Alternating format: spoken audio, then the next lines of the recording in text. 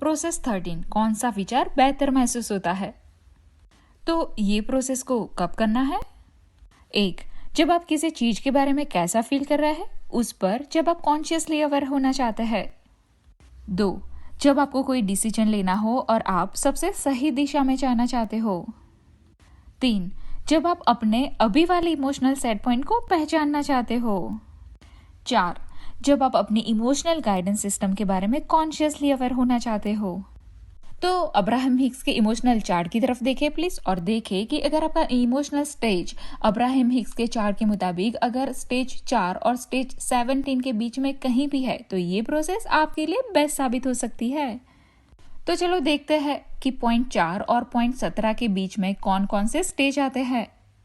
तो 4 पे है पॉजिटिव एक्सपेक्टेशन या बिलीफ, 5 पे है ऑप्टिमिज्म, 6 पे है होपफुलनेस, 7 पे है कंटेंटमेंट, 8 पे बोर्डम, 9 पे पेसिमिज्म, 10 पे फ्रस्ट्रेशन, इरिटेशन या इम्पेशंस, 11 पे ओवरवेलमेंट, 12 पे डिसअपॉइंटमेंट, 13 पे डाउट और 14 पे है वरी, 15 पे है ब्लेम, 16 पे है डिस्करेजमेंट और 17 पे लास्ट जो है वो है एंगर। तो अगर आपका इमोशनल स्केल 4 और 17 के बीच कहीं भी है तो ये प्रोसेस आपके लिए बेस्ट है। कई बार क्या होता है कि लोगों को लगता है कि वे अपनी अच्छी हेल्थ पे फोकस है, बल्कि वे अपने बॉडी में कोई रोग ना हो जाने के डर पे फोकस होते हैं। कई लोगों को क्या लगता है कि वे अपने पास ज्यादा धन यानी कि मनी होने पे फोकस है, बल्कि वे लोग उसकी जगह ज्यादा पैसे ना होने पे ही फोकस होते हैं। क्योंकि हर एक सब्जेक्ट्स में 2 सब्जेक्ट्स होते हैं, एक जो आपको चाहिए वो और दूसरा उसका ना होना। क्योंकि ज्यादातर लोगों को ऐसा लगता होता है फॉर एग्जाम्पल कि वे धन के बारे में यानी कि मनी के बारे में बात कर रहे होते हैं जो वो चाहते हैं, जबकि उसकी बजाय वे अपनी डिजायर के ऑपोजिट डायरेक्शन में ही फोकस होते हैं। और आपकी लाइफ में जो मैनिफेस्ट होके आने लगता है उस पर से ही आप जान सकते हैं कि आपका वाइब्रेशन उस चीज के बारे में कैसा है, और उस पर से आप जान पाओगे कि एक्चुअली में आपका ध्यान कौन सी चीज पे फोकस है। तो ये प्रोसेस जो है कि कौन सा विचार अच्छा फील होता है, मैं आपको अपने प्रेजेंट विचारों को कॉन्शियसली पहचानने में हेल्प मिलती है। एक और बात, जब आप ये खेल खेल रहे होते हो तो आप दूसरे के विचारों को, उनकी डिजायर को और उनकी राय को एक साइड में रख दे प्लीज। ये खेल उस टाइम सबसे ज्यादा उपयोगी साबित होगा जब आपकी लाइफ में कुछ ऐसा घट गया हो जो रियली में नेगेटिव इमोशंस का कारण बन गया हो। ये प्रोसेस आपके लिए तब बेस्ट साबित हो सकती है जब आप कुछ मिनट बैठकर अपने विचारों को किसी कागज पर लिखें, क्योंकि कागज पर लिखने से इसे महसूस करना आपके लिए आसान बन जाएगा। शुरुआत में जब आप ये खेल खेल रहे हो तो सबसे पहले आप उस सब्जेक्ट्स के बारे में फिलहाल क्या महसूस कर रहे हो उसके बारे में लिखें। आप इसमें डिटेल में भी लिख सकते हैं कि क्या हुआ, लेकिन सबसे इम्पॉर्टेंट है कि आप इसके बारे में कैसा महसूस कर रहे हैं। फिर आप इसके बारे में डिटेल में लिखें कि आप कैसा महसूस कर रहे हो। तो चलो इसे एग्जाम्पल लेके समझते हैं। तो चलो मान लो कि आपको कभी भी अपनी बेटी के साथ विवाद हुआ कि वो उसका रूम ठीक से ऑर्गेनाइज नहीं रखती है, और आपको ये भी लगता है कि वो खुद के रूम की चीजों को भी परवाह नहीं करती है, और उसका पूरा रूम अस्त व्यस्त है पूरी तरह से। और आपको ये भी लगता है कि अगर कभी भी आप उसका रूम साफ भी कर देते हैं तो उस बात की उसे कोई अहमियत भी नहीं है। आपको ये भी लगता है कि वो जानबूझकर आपकी लाइफ में मुसीबतें बढ़ाने की ट्राई करती रहती है। तो अब आप ये खेल ऐसे खेलेंगे जैसे कि, तो अब आप अपनी बेटी का नाम लिखे इसमें, फिर आपकी सोच लिखे इसमें, जैसे कि वो जानबूझकर मेरी लाइफ मुश्किल बनाने का प्रयास कर रही है। फिर जैसे आप लिखोगे कि उसे मेरी कोई परवाह नहीं है, फिर आप लिखोगे कि वो अपने हिस्से का भी थोड़ा भी काम नहीं करती, वगैरह वगैरह। तो जब आप ऐसे कुछ सेंटेंसेस लिख लेंगे जो आपकी मौजूदा अनुभूति की परिस्थिति है, तो अब आप उस पेज में ही दूसरा और हेडिंग मार के अब आप लिखेंगे कि मैं अब इस विषय से रिलेटेड कुछ ऐसे विचारों तक पहुंचूंगा जो कुछ मुझे बेहतर महसूस होते हैं।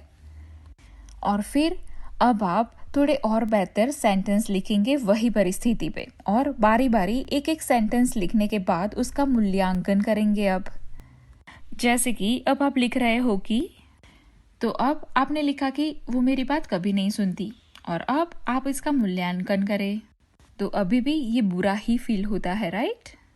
फिर आप लिखते हैं कि मैं चाहता हूँ कि वो और जिम्मेदार बने, और आप इसका मूल्यांकन करें, तो अभी भी ये वैसा ही फील होता है।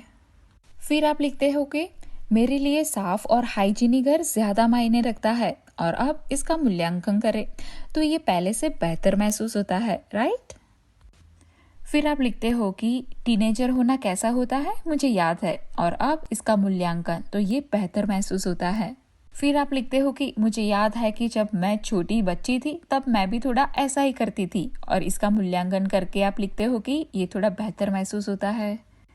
फिर आप लिखते हो कि पर मैं इससे तो बहुत अच्छी थी, और अब इसका मूल्यांकन, तो इसका मूल्यांकन तो खराब महसूस होता है।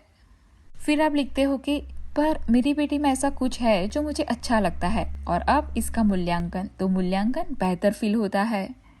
फिर आप लिखते हो कि पर ये अच्छा है सबके लिए कि घर साफ सुथरा रहे और हाइजीनिक रहे, और अब इसका मूल्यांकन, तो मूल्यांकन बेहतर महसूस होता है। फिर आप लिखते हो कि मैं चाहती हूँ कि ये जैसे जैसे बड़ी हो वो सब बातें समझने लगे और ये भी साफ सुथरी होने लगे, और अब इसका मूल्यांकन, तो मूल्यांकन ये बेहतर महसूस होता है।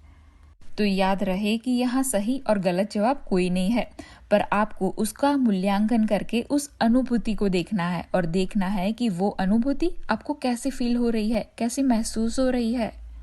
इस प्रोसेस का इम्पोर्टेंस यही है कि आप ये जान सके कि आपके विचार कैसा महसूस हो रहे हैं, और फिर आप धीरे धीरे बेहतर विचारों को चुनने में एक्सपर्ट हो सके। बहुत से लोग हमसे पूछते हैं कि अरे, तो इसमें मेरी बेटी की लापरवाह आदतों के प्रति मुझे अच्छा महसूस कैसे हो सकता है, और मेरे विचार भी तो उसके व्यवहार को नहीं बदल सकते। और हम आपसे कहना चाहते हैं कि आपके विचार हर उस पर्सन या चीज का व्यवहार बदल सकता है जो आपसे संबंधित है, क्योंकि आपके विचार कम्प्लीटली आपके अट्रैक्शन पॉइंट के समान होते हैं, और आप जितना बेहतर फील करेंगे उतना ही आपके आसपास की हर चीज और हर व्यक्ति में सुधार होता जाएगा। तो जिस मोमेंट आप बेहतर अनुभूति को पा जाते हैं, तो तब हालात और परिस्थितियां चेंज होकर आपकी अनुभूतियों के समान हो जाती है। तो ये खेल आपको आपकी उस शक्ति का एहसास करने में हेल्प करेगा कि आपके अपने विचार आपके आसपास की चीजों को परिवर्तन कैसे करता है। आपके मन में आने वाले हर विचार को सेटिस्फाई करने के लिए यूनिवर्स काम करने लगेगा। बस इसके लिए आपको अपने उस विचार को फलने फूलने देना है। लेकिन जब आप इसमें सीमाएं लगा देते हैं, तब आप इसके विपरीत काम करने लगते हैं। जैसे कि आप कहोगे कि इब्राहिम, मुझे किचन का रिनोवेशन भी करवाना है, और मुझे किसी के पास से पैसे भी नहीं मांगने हैं, ना ही मुझे लोन लेनी है। तो अब ऐसे विस्फोटक विचारों को अब हम क्या करें इब्राहिम? और हम कहेंगे कि आपने जो मॉडल का किचन सोच रखा है उस सारी सुविधा का पूरा होना जरूरी है अभी? क्या आपको अपने डिजायर्ड किचन के ख्यालों में आनंद आने लगता है जब आप उसके बारे में सोचते हैं तो? और आप इसके आंसर में कह सकते हैं कि अगर अभी नहीं तो जल्दी ही मैं ऐसा किचन को रिनोवेट करने का स्टार्ट करने का सोच रही हूँ। और हम कहेंगे कि इसके लिए आपको इस विचार के विकसित होने में आनंद लेना स्टार्ट करना होगा। लेकिन जब आप इसके लिए डेडलाइन दे देते हैं, जैसे कि इसको इतने टाइम में पूरा हो जाना चाहिए, या तो मेरे पास इनफ पैसे नहीं है, तो अब आप इसके ऑपोजिट काम करने लगते हैं।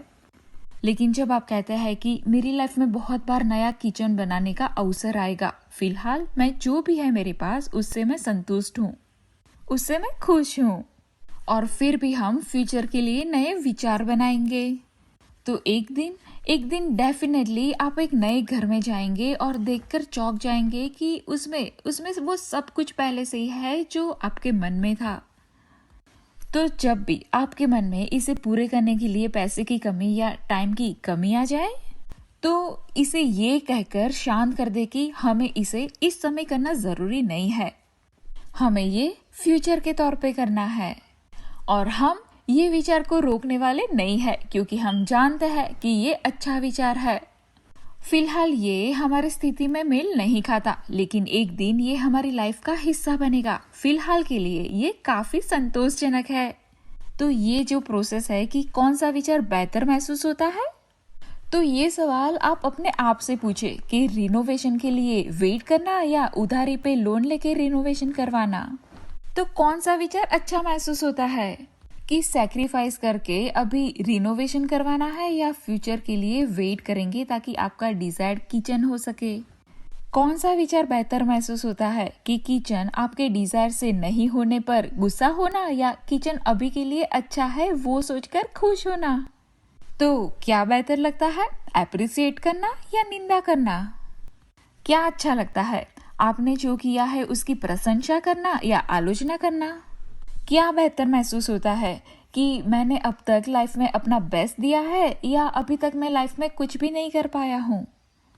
तो इस पे विचार करें, कौन सा विचार बेहतर महसूस होता है।